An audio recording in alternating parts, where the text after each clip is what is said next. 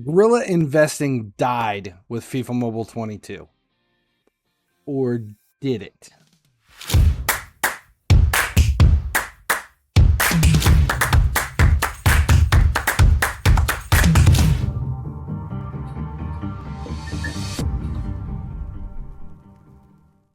Finally, he sleeps here, back with another video on the FIFA Mobile 22 market.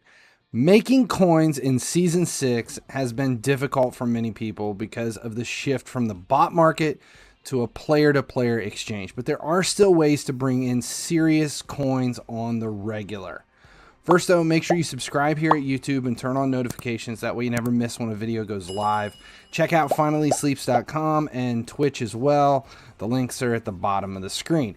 Okay, the most important and common question I get whenever I stream, whenever I'm on Twitter or at Discord, on the website, everywhere, is what are you investing in? There are lots of investments out there, but the one that's been the easiest to turn into profit that I've been talking about for weeks on the down low is what I'm affectionately calling now slumming. Okay, first it was farming, then it was cycle farming, then fishing, target fishing, master fishing. In Season 6, FIFA Mobile 22, slumming. Now, as per usual, these market videos are boring as fuck. So we can weed out the assholes who want quick and easy tips. There's going to be no visuals, just my dumbass face talking and just keeping it as boring as I can to keep the impact on the market and this method at a minimum. All right, Season 6. There are handicap restraints on the market by way of price fixing and exchange windows, the handicap windows. Thank you, EA. There's a minimum window of value that you are allowed to trade within that refreshes hourly based on transaction frequency and value. That's what we're calling the handicap window. If a card is selling, that window shifts up. If it's not selling and sales orders are just keep sitting there while it's refreshing and they just keep getting generated but they're not completed, the window shifts down, and that window is small. It is very small, which is the problem. Price fixing are value caps set forth by EA to keep players within a set price window. Now, watching these values and knowing where their minimums are is allowing us to buy in their trough, like when they're at rock bottom, and sell back once they climb out, taking the permanent, it is permanent, 10% market tax into consideration.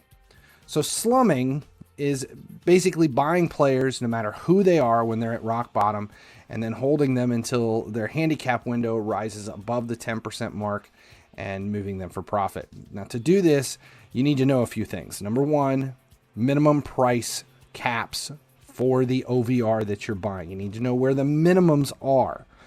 Number two, when the swing normally occurs, you need to know when the swing occurs.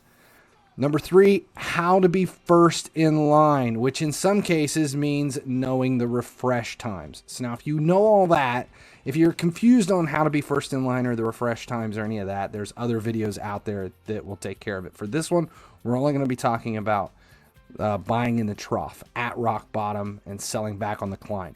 Think of this like the housing market. You're looking for an area in town that has potential but is currently down on its luck. The slums, the hoods, where you can buy stuff as cheap as possible at rock bottom value. Like it cannot go any lower than it is.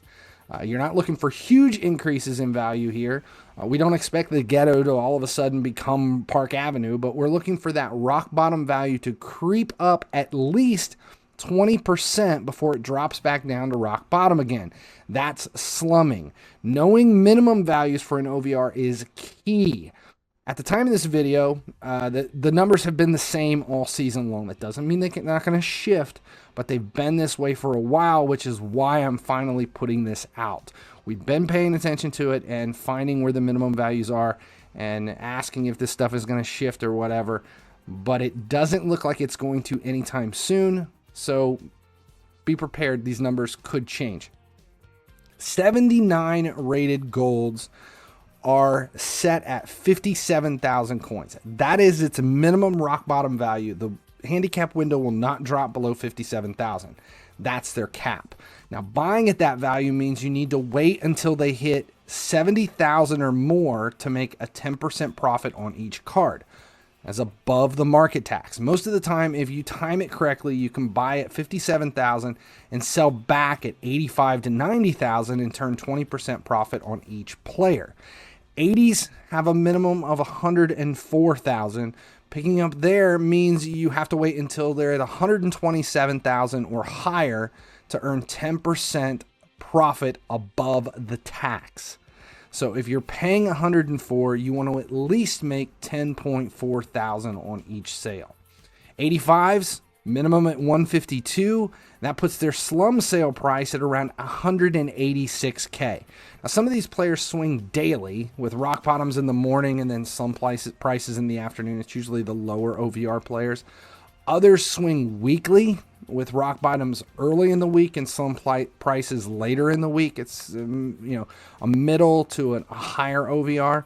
It depends on what program it is, what happens with the program, and where the OVR is. For example, Team of the Week.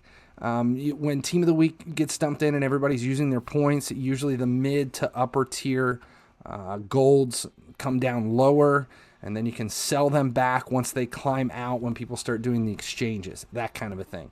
Now, if you're looking for longer term investments, then the 85 plus and even 90 plus is going to be the way to go. Masters, for example, have a minimum price cap at 380K. That is their rock bottom price. These you may want to hold on to until you can sell them for at least 550K or even higher, or hold on to them for future exchanges.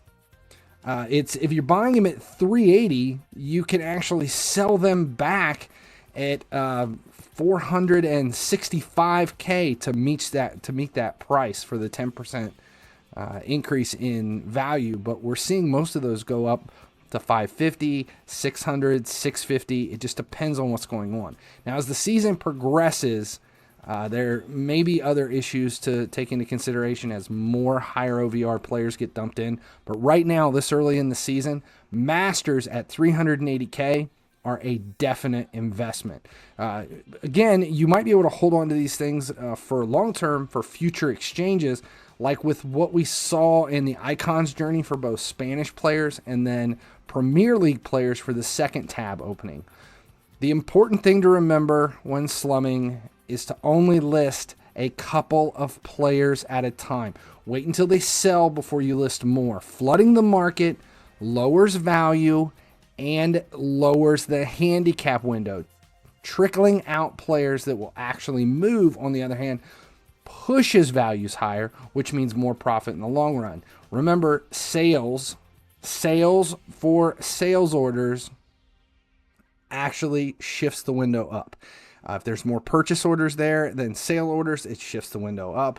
If there's sale orders that sit stagnant, it brings the window down. Diversify your investments, people. Don't go too heavy on one OVR, and for the love of God, don't go too heavy on one player. Biggest mistake people make is they find something and they just keep buying that one player. If you just buy that one, you're not going to be able to move them quick enough before you're listing the player stops the shift and starts bringing it down, because you're depleting the value of the card by having stuff sit there unsold through multiple refreshes.